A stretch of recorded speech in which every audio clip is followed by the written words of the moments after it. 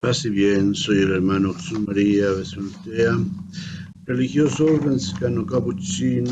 Quiero en este momento, en esta plática, en este tema, compartir con ustedes una experiencia más de nuestra evangelización. Esta experiencia, pues de hecho son dos experiencias de fe que nos van a orientar sobre nuestra propia experiencia de fe. En otras palabras, ¿es una experiencia de vida o es una experiencia teórica? Porque ayer en el tema anterior les había explicado cómo el cristianismo o la vida cristiana se entiende de distintos puntos de vista. Y entre ellos, uno de ellos es la doctrina, ver el cristianismo como una doctrina. Otros la ven como una religión. Y lo que yo traté de explicarles es que la vida cristiana, como lo dice la palabra, es una vida. Ser cristiano es vivir. Vivir como Jesús, vivir según la doctrina de Jesús. Vivir nuestra relación con Dios y con los semejantes, con el prójimo, como Jesús lo hizo y como Jesús nos lo enseñó. Bien, en la experiencia de convivencia de Jesús, pues sabemos perfectamente que las cosas no fueron fáciles, como Él encontró muchos amigos y muchos enemigos.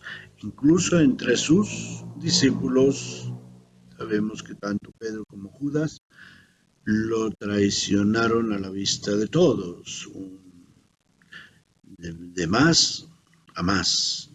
Pedro lo negó 3 veces. Pedro más de una vez le quiso disuadir de que no tenía que pasar por la muerte. Y Judas, calladamente, astutamente, no aparece ningún detalle de cómo iba tramando la traición, pues por fin lo vendió por unas miserables 30 monedas de plata. Bueno, entonces nos tenemos que cuestionar y preguntar nosotros si la doctrina que creemos, y en la medida en que la creemos, influye en nuestra vida. O ante ciertas doctrinas nosotros hacemos como Nicodemo. ¿Cómo puede ser eso? No, eso está muy difícil. ¿Cómo lo voy a...? ¿Quién lo hace? ¿Quién lo vive? Nadie. Pues eso es ¿no? Para los santos, o quién sabe, ¿no? A veces todos esos comentarios se escuchan y entonces con esas razones, con sus pensamientos, hacemos como Nicodemo, nos damos media vuelta y bueno, pues yo viviré el cristianismo a mi manera, como dicen algunos. Imagínense, yo voy a ser hombre a mi manera, mujer a mi manera, mexicano, español o chino a mi manera. No, tú vives en una sociedad y te tienes que adaptar a las condiciones de esa sociedad. Tú eres hombre o mujer, entonces tú te comportas como hombre o mujer. Eres padre de familia, pues tienes que asumir las obligaciones y responsabilidades que esa vida conlleva, etcétera. Bueno, pues vamos a entrar un poquito pues, más en detalle con las experiencias de Nicodemo y de la mujer samaritana, historias que las encontramos en los capítulos 3 y 4 de San Juan respectivamente. La primera experiencia, bueno, pues es muy lógico, ¿verdad?, que nos presente San Juan primero la experiencia de Nicodemo, porque él pues es un hombre religioso, digamos, como que es lógico decir, bueno, a ver cómo responden esta gente que está tan cerca de Dios, ¿verdad? O que tan practicadores de religión.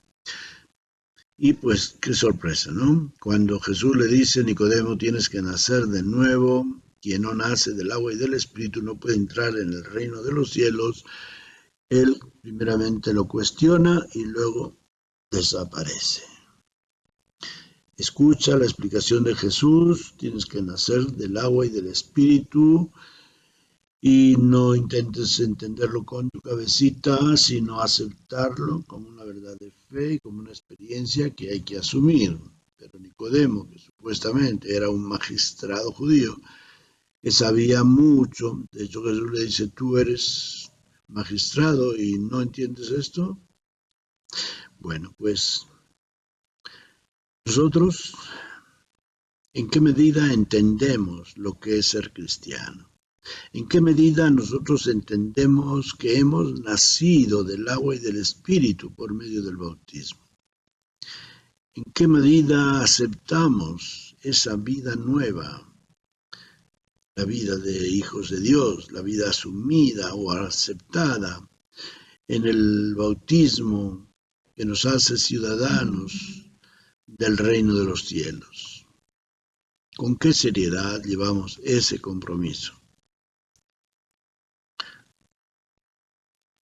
Bueno, en silencio, cada uno sabrá.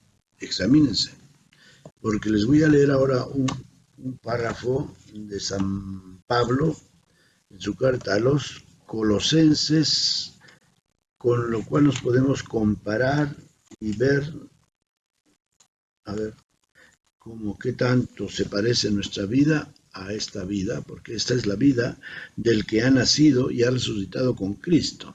Así lo dice San Pablo.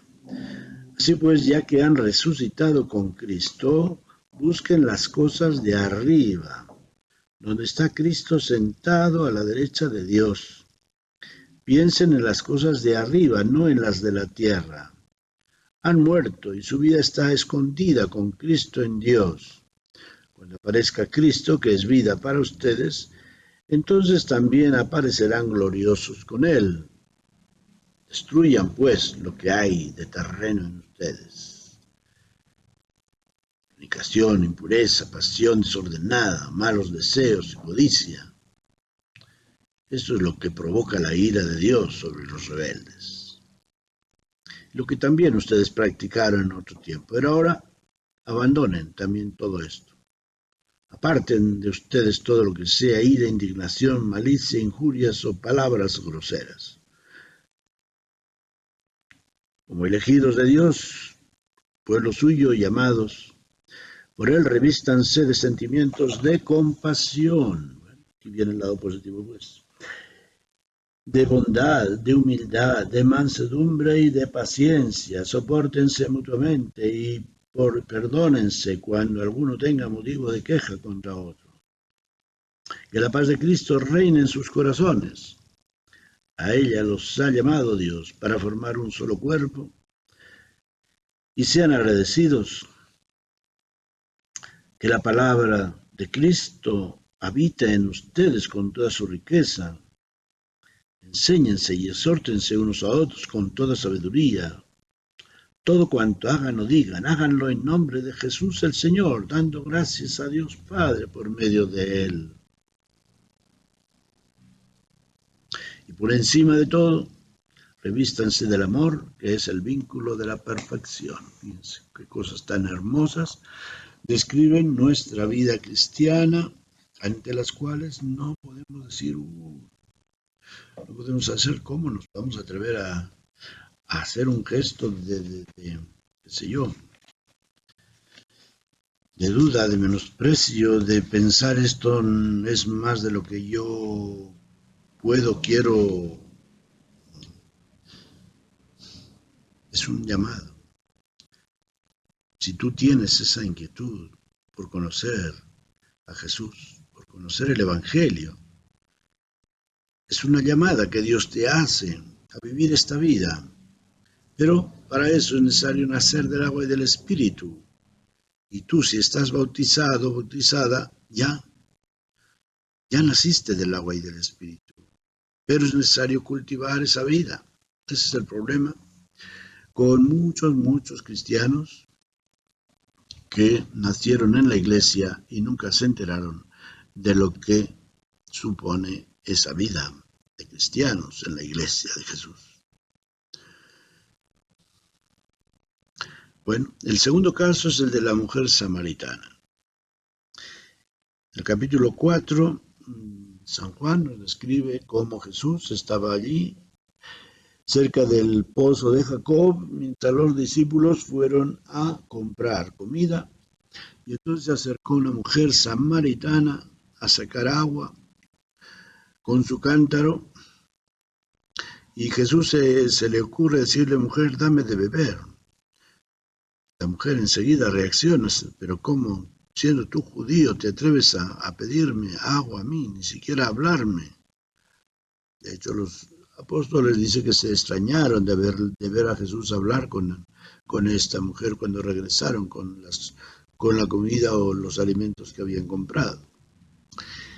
Y ante la resistencia de la mujer, o la negativa más bien inicial, Jesús le dice, ay, si tú conocieras quién está hablando contigo, tú le pedirías a él agua, porque yo tengo un agua que salta hasta la vida eterna. Y la mujer, pues espontáneamente, con mucha sencillez de corazón, Señor, pues dame de ese agua para que ya no tenga que venir a beber, a traer, a acarrear el agua.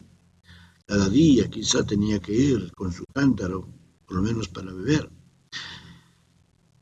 Y Jesús ahora entra duro, te dice, bueno, primero vete y llama a tu marido. Y la mujer también muy sincera, no tengo marido, Señor.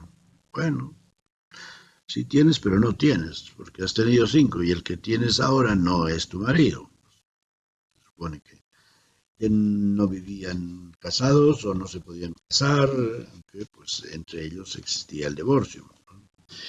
Pero de todas maneras, a lo que San Juan se refiere, a lo que Jesús se refiere al decir que el que tienes ahora no es tu marido, es porque el marido es el símbolo de la seguridad, el que da seguridad a la familia, estabilidad a la familia.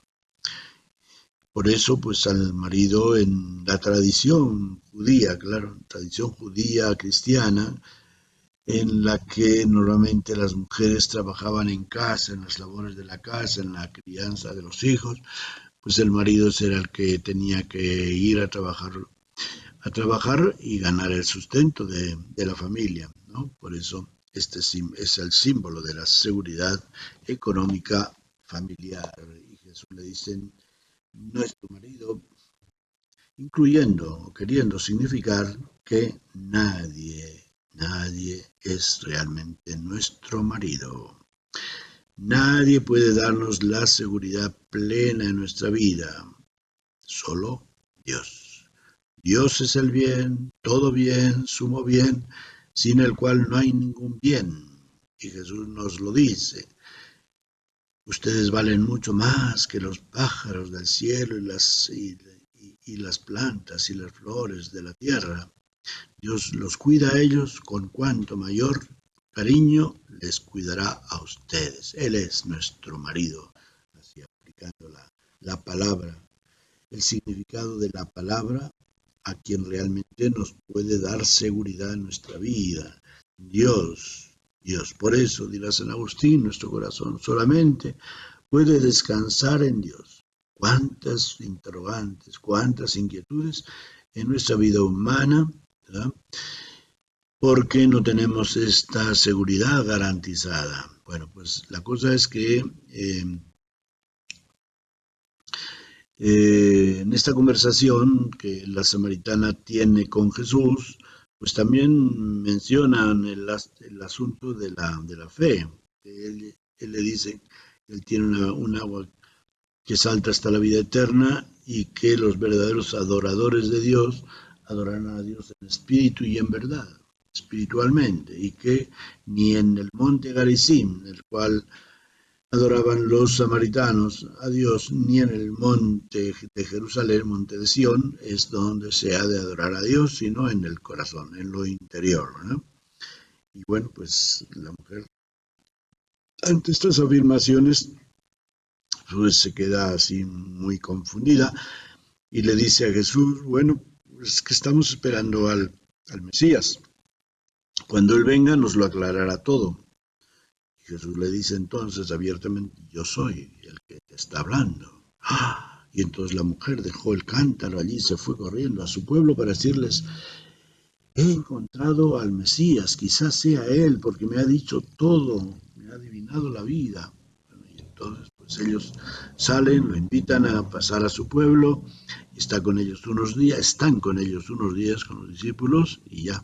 De tal manera que al final del pasaje dice que le dicen a la mujer samaritana, los de su pueblo, pues ahora ya no creemos por lo que tú nos dijiste, sino que nosotros hemos, le hemos escuchado y hemos creído que es el Salvador del mundo. Bueno, pues ya ven qué sencilla esta gente que supuestamente se consideran cismáticos, herejes para el pueblo de Dios, sin embargo, allí la semilla de la palabra de Dios cae en buena tierra, la reciben con fe y produce sus frutos. Ese es el reto, queridos amigos que me escuchan. ¿Con qué fe escuchamos la palabra de Dios? Señor, tú tienes palabras de vida eterna, le dijo Pedro. Es muy bonito y es muy sencillo decir, tú tienes palabras de vida eterna, pero a la hora de la hora, ¿cómo reaccionamos ante la palabra de Dios? Primeramente, ¿qué tanta atención le ponemos cuando escuchamos la palabra de Dios en la Eucaristía? Sea la primera lectura o la segunda, sea el Evangelio, cuántas veces nos sorprenderemos distraídos y de qué fue el pasaje, de qué trató. Bueno, pues primero, esa es la primera condición, escuchar como escucha a esta mujer y se queda impactada con lo que Jesús le dice y se va corriendo a llamar a los de su tierra. Es interesante, pues, como que ya creo que les he explicado en otras ocasiones, que la vocación del cristiano es esencialmente misionera, cuando realmente te toca la palabra de Dios, cuando realmente toca tu corazón, pues no te puedes ahí quedar impasible. Cuando tú escuchas una buena noticia, no te quedas impasible, sino que tratas de comunicarla con las personas que tú quieres. Y ese es el secreto de la evangelización en la iglesia. ¿Por qué tan pocos cristianos quieren ser evangelizadores? Porque la palabra de Dios pues no les llama la atención.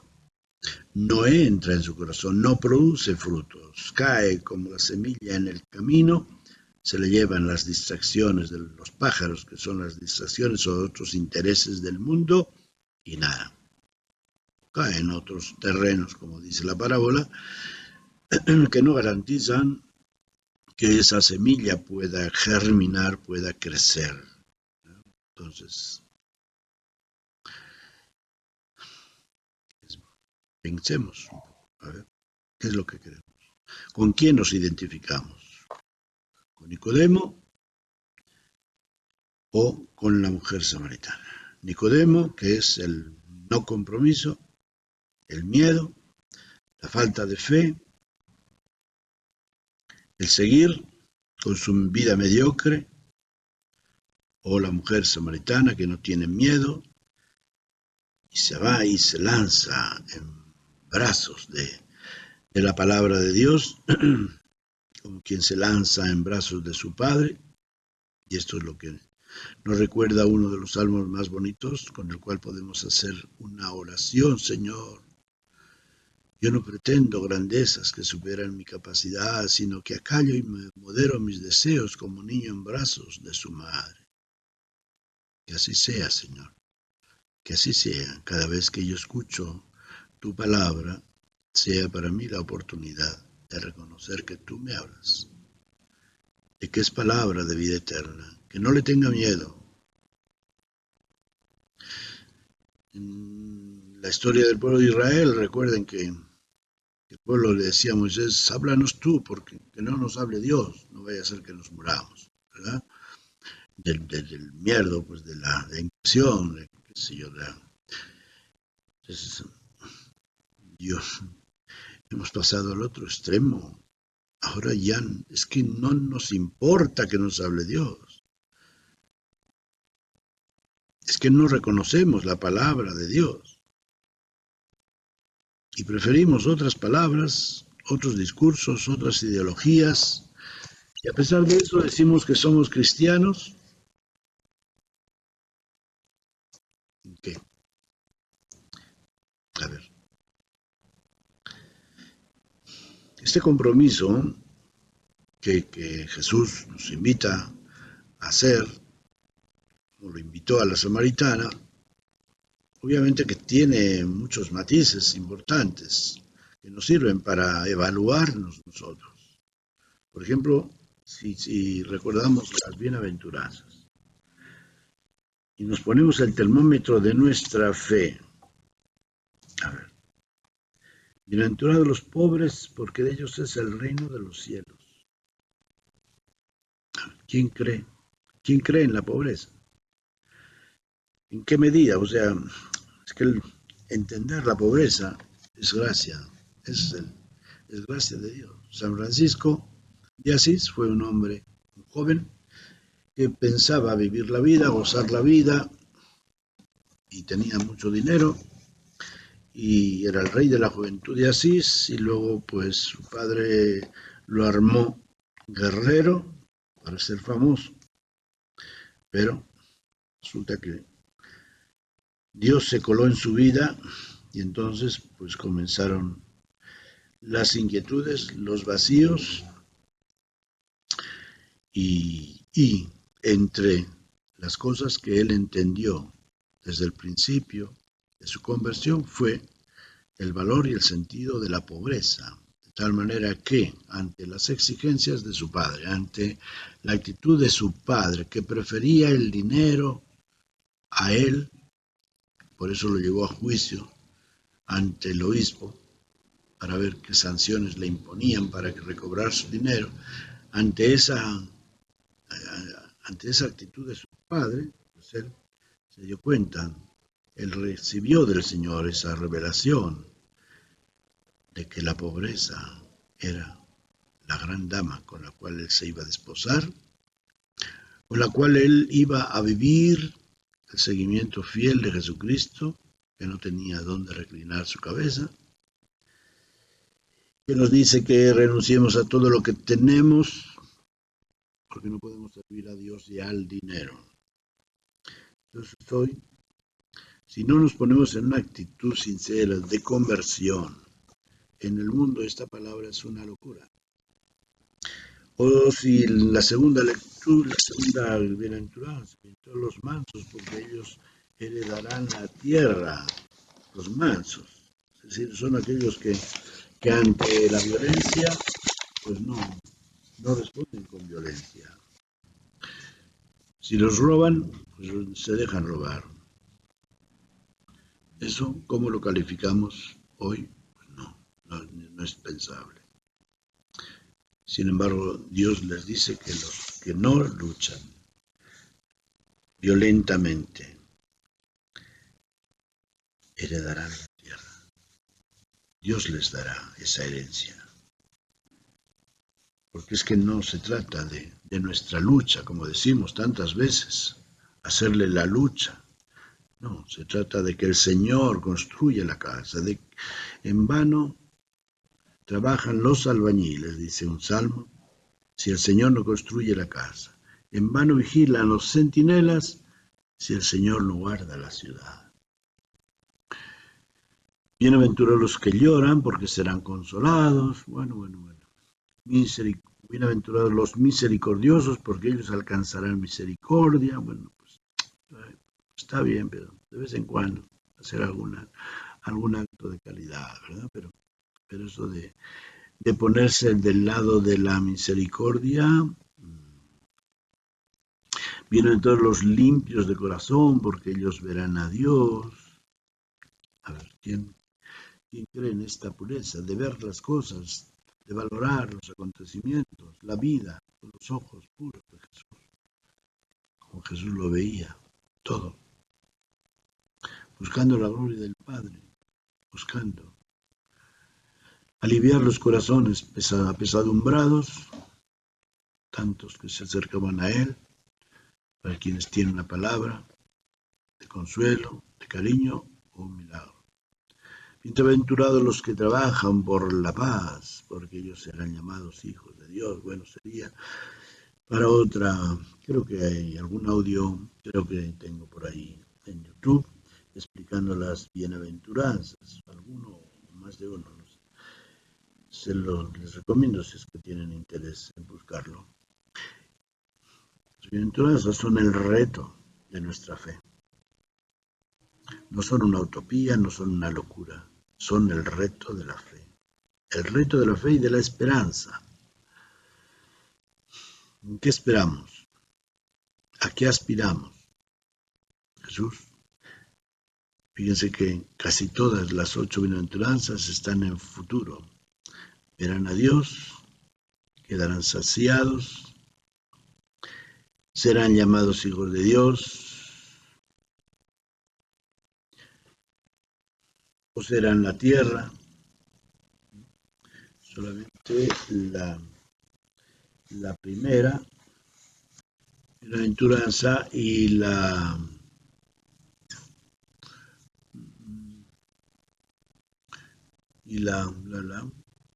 última. La primera y la última son las que se presentan en presente.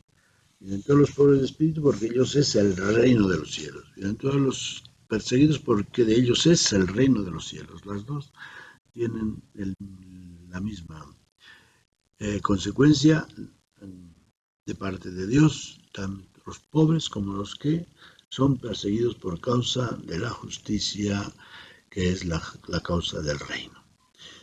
Bien, pues, no me queda más que invitarlos a ser valientes. Dios no los va a defraudar. Cristo no los va a defraudar. Él nos ofrece la vida eterna. Quien quiera ser mi discípulo, que renuncie a todo y me siga. Y en distintas ocasiones, sobre todo en el Evangelio de San Juan, vamos a encontrar palabras de Jesús que nos ofrece la vida eterna. El que come su carne, bebe su sangre. El que cree en mí, aunque haya muerto, vivirá para siempre. O sea, simplemente esa palabra es importante. Basta con nuestra fe. Nuestra fe en Él es la llave para, digamos, entrar en las inmensas riquezas del reino de Dios. Bueno, pues es importante que nos evaluemos, cristianos, que evaluemos nuestra fe, porque o vale o no vale. Y si no vale, ¿para qué? ¿Le hacemos como que somos cristianos? No, no se puede. Tenemos que serlo de verdad, comprometidamente. O estás de mi lado o estás contra mí, dice Jesús. Pues que el Señor los ilumine, su mente y corazón. Su mente para entender, su corazón para comprometerse. Paz y bien.